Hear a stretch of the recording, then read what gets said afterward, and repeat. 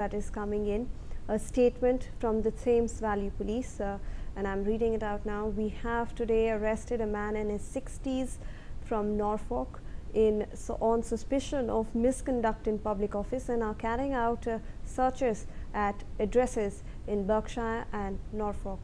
Now the man remains in police custody at this time. Police have been assessing allegations that Mountbatten-Windsor, formerly known as Prince Andrew, shared sensitive information with the billionaire child sex offender Jeffrey Epstein when he was a UK trade envoy.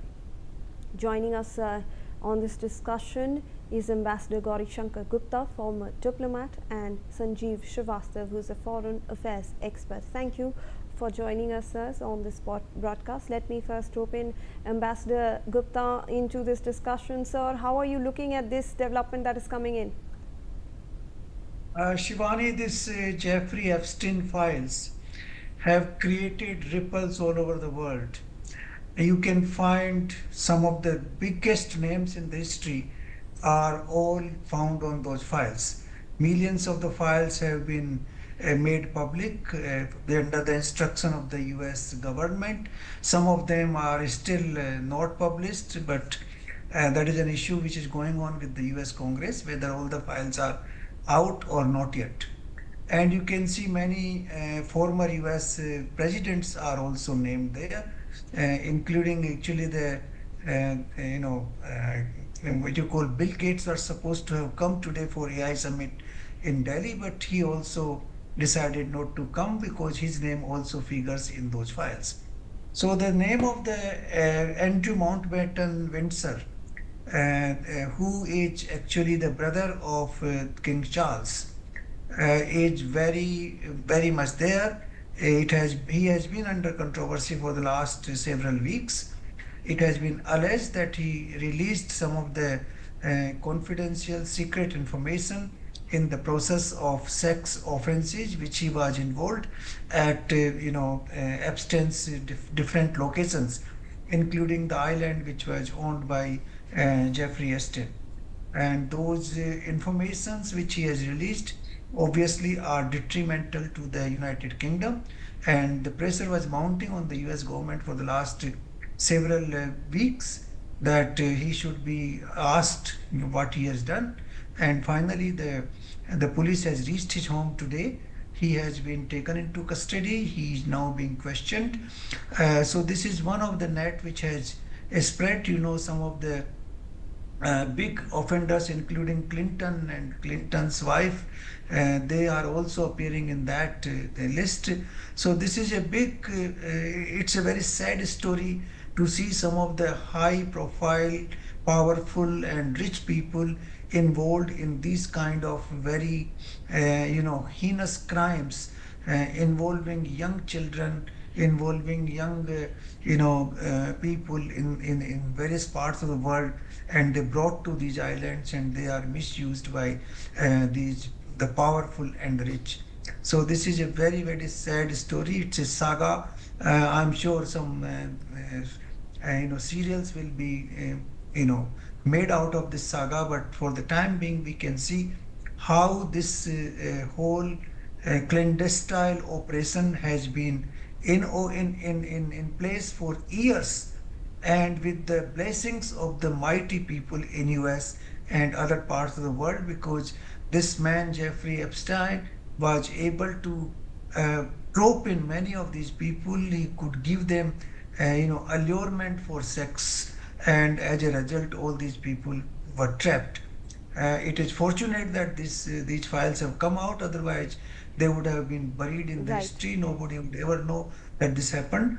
But this is a good thing that this man has been arrested from the royal family. This shows to some extent the integrity of the British system, that they do not hesitate in taking into custody the person who is connected to the highest office, the King's office in the US. Absolutely, Ambassador. In fact, Andrew Mountbatten-Windsor has been arrested and police are conducting searches at addresses in Berkshire and Norfolk. Now, Thames Valley Police have confirmed that the suspect was arrested following a thorough assessment and an investigation has now been launched. If I can also rope in Sanjeev Srivastava into this discussion, sir. So when we are looking at this entire scandal, obviously it's something that even the ambassador spoke about. This is a person who was related. He was called His Royal Highness for a point of time when this file was in fact first officially when this charge had actually come out, and now obviously he does not hold the title or the position now, but still it's something, the optics that we are talking about. Prince Andrew, who is formerly known as, he's now been arrested. How are you looking at these developments coming in? Well, I think this is a right action in the right direction, and by the British authorities, the British police, and obviously such offenders and those who have been a part of this kind of a very serious misconduct must be held to account. And that is what precisely British system is doing. And this clearly shows that the British system is quite healthy, and they do not hesitate to take prompt action against someone who has such kind of allegations. So this must be appreciated, that British system is a very proactive and a healthy justice system they have, and that's why they have been able to take this kind of step.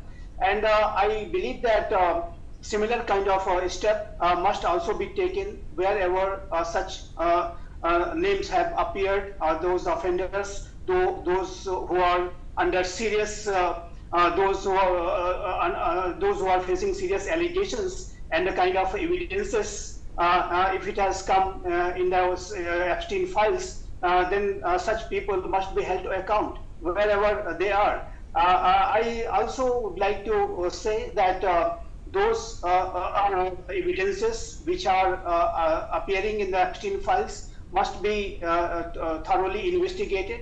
And obviously, this formerly Prince Andrew, and now known as just a person, Andrew Mountbatten, he has now treated simple as a British citizen, and now he has been taken into custody on the suspicion that he did a lot of misconduct while being in a public office when he was a UK trade envoy, and he shared some very sensitive information to Jeffrey Epstein for having some kind of such favors which are quite heinous. So I believe that this is a very right step the British authorities have taken, and this will, I think, also encourage other authorities, other countries, particularly in the United States of America, to take similar action, and pressure will mount on the other countries too, wherever such people are there who are under serious questions, and those who are facing serious allegations. So I think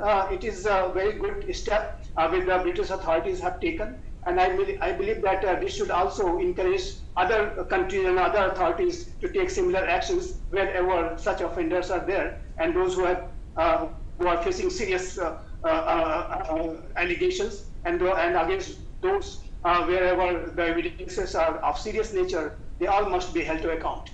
Absolutely. In fact, there's some more information coming in. UK's Prime Minister Keir Starmer has urged Andrew Mountbatten-Windsor to cooperate with UK and US authorities regarding